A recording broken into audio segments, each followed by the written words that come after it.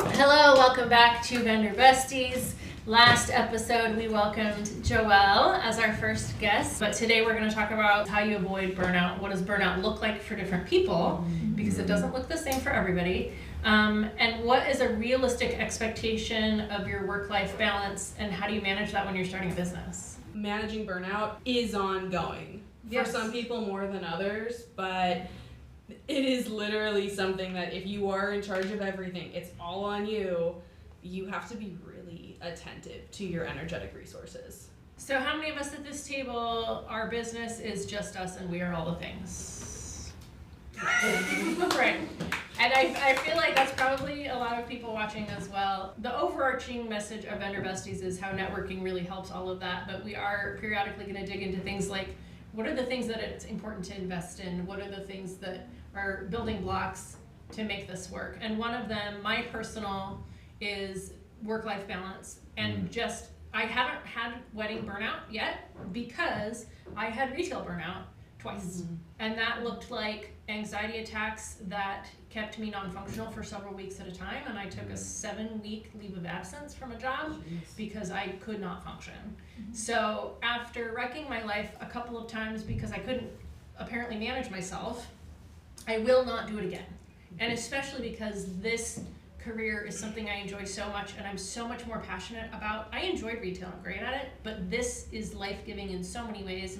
I absolutely do not want to risk burning out in this industry, in this particular career. So you all have heard me preach about schedule the things that are important to you and your family first in your calendar, and then accept bookings around that. Joelle, when you look back at the last couple of years that you've been spending so much time and energy on your family and on your kids, and also trying to build a business as a photographer, do you feel like burnout is something that is always chasing at your heels, or do you feel like maybe you've got a balance? Burnout's there. Yeah, it's there. It's something I've had to learn to be super careful about. It's hard for me to talk on because I feel like this isn't something where I have this incredible amount of wisdom.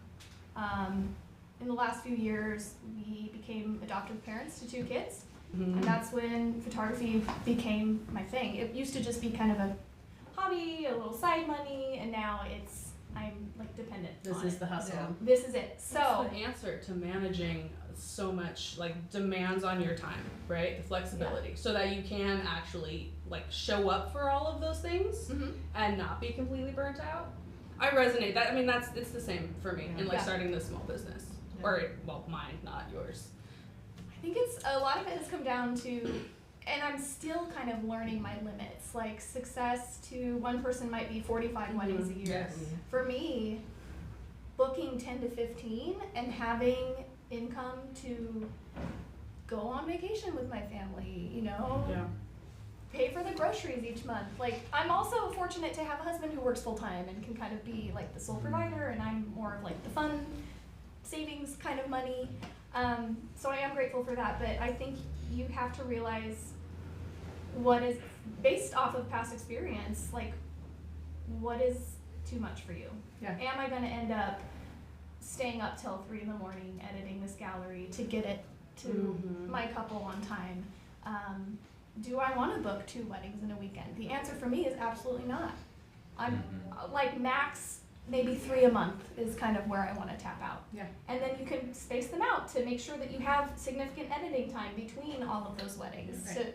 So there's a lot of like mental math and planning that goes into it. Yeah. And I know I could not do it without the support of my husband, my family, like our network, who, even just being here today, I have a really good friend watching my 2-year-old. Yeah. I couldn't do that without people. You need people. Absolutely. Yeah. And remembering, like you're saying, that not everybody's situation is the same. Just because we're all starting wedding events, industry businesses, the bulk of Sorcha's work is before the wedding, and then she does almost nothing afterwards. The bulk of Joelle's work is some communication and stuff ahead of time, and then the day of, and then quite a lot of time, like the bulk of her hours is after the wedding doing the editing. Tony similarly. Right. Yeah. Emili and I, the bulk of ours is also before the wedding. And so where you balance those hours in your life is different based on where you book. So like, if you book 3 weddings in a weekend, where is your labor falling before or after, and how does that affect what you're trying to do with your family? Yeah. Right. And then I don't want to send out 3 sneak peek galleries in 1 week. no, I don't want to cull through 3 weddings of 8,000 or more photos each. that doesn't sound fun. No. Not doing it. No. Have you burned out in the wedding industry?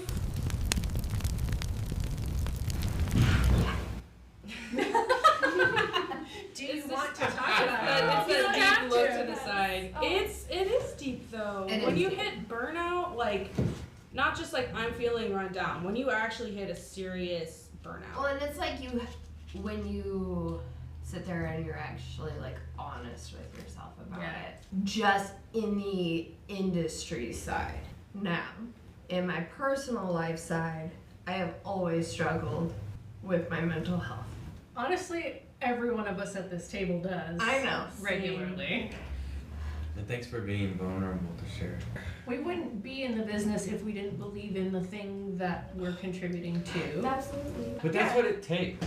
I mean, sometimes those like really deep rooted emotional connections to what you do, that's how you avoid the burnout.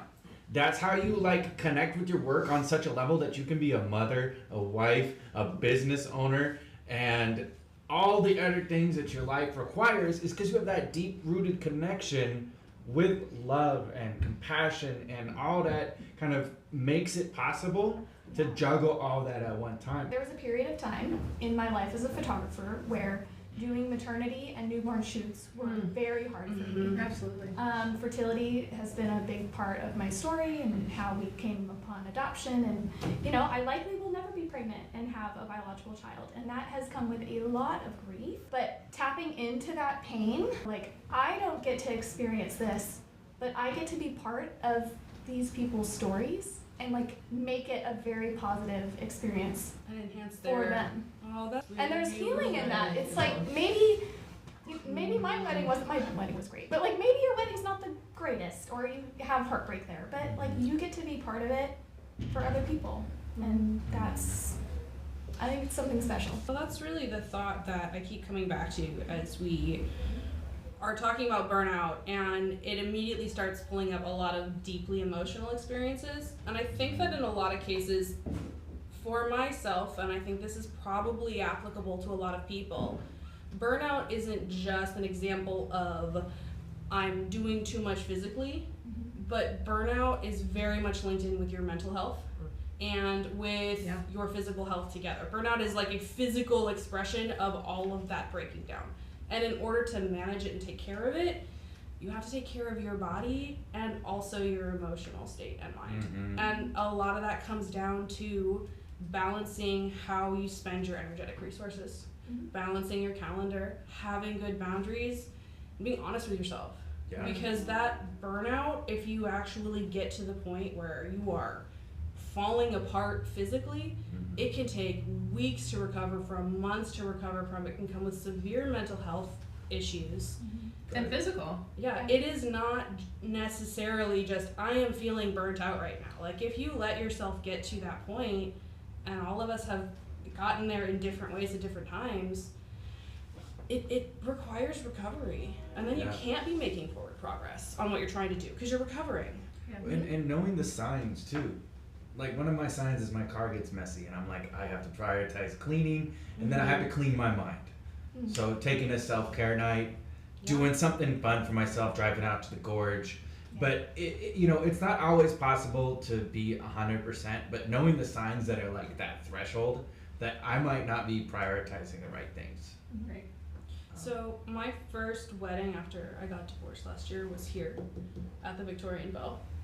And it was so challenging for me to pull myself out of the depression pit to get that cake onto that table.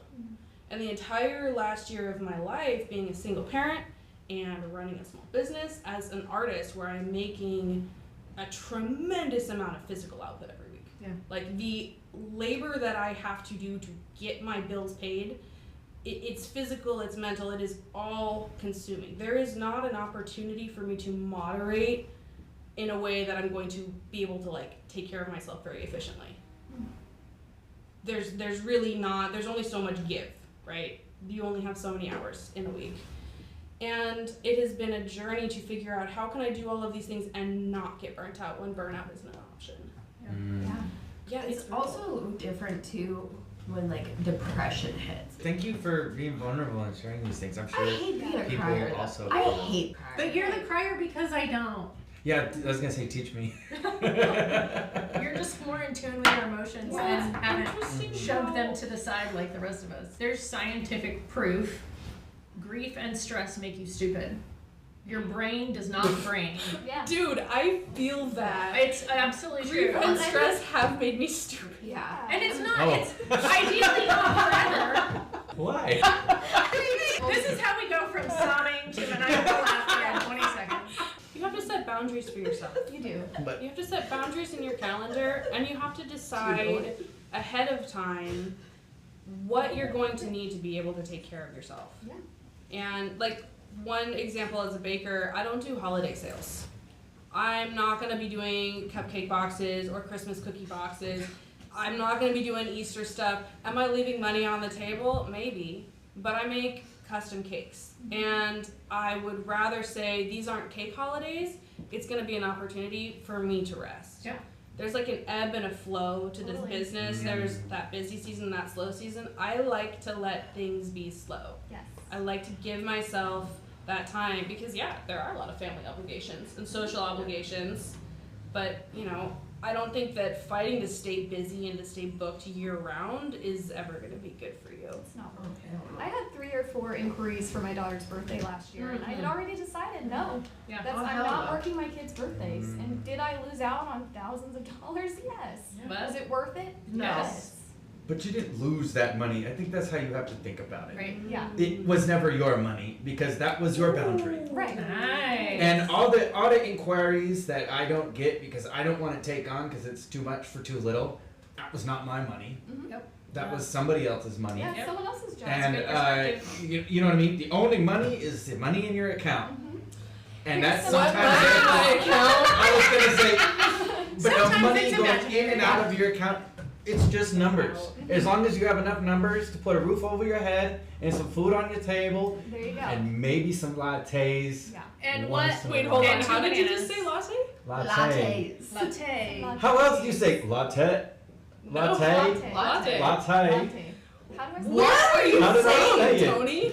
latte? Well, how did I say No, it? serious question. Hold on. I don't even drink lattes. I That have was the just Latte. You question. did it again. Tony, where Where's are the you latte? from? Where did you grow up?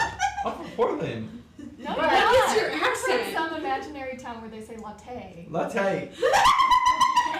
How do you say it? It's got the little comma above the E. Yeah, but you're putting emphasis on the A. You're That's putting what the you do. emphasis on the wrong syllable. The emphasis? It's That's latte. what It's latte. Replay what I just said. Latte. Emphasis on the I think it is emphasis, but it's latte. Latte. latte. Latte. And There you go. Just don't. Yeah. Just Don't. Somebody. I was expecting Oh, someone to fill in. Don't say yes to every booking just to fill your calendar. Thank you. Cheers. No, yes. Okay. Drink. I love when you cheers to M&Ms. That's Don't want you to feel left out. I've been trying to get ahead, but I keep falling short. Sometimes it's tough getting out of bed when I'm feeling out of sorts. Call it what you will. It's just the art of standing still. I'm just trying to get it right.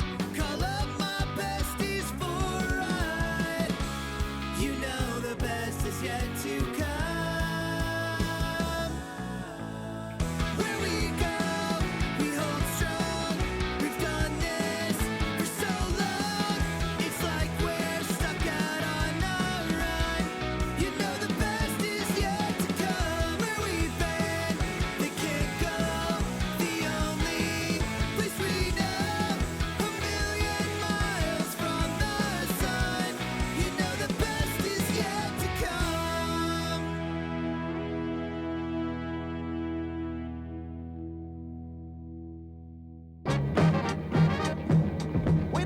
shoes now, the whole building scene, then the whole red maybe get the color boss dying.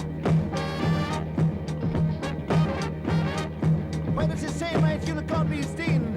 You know, for someone, never judge a God, believe it's a shame.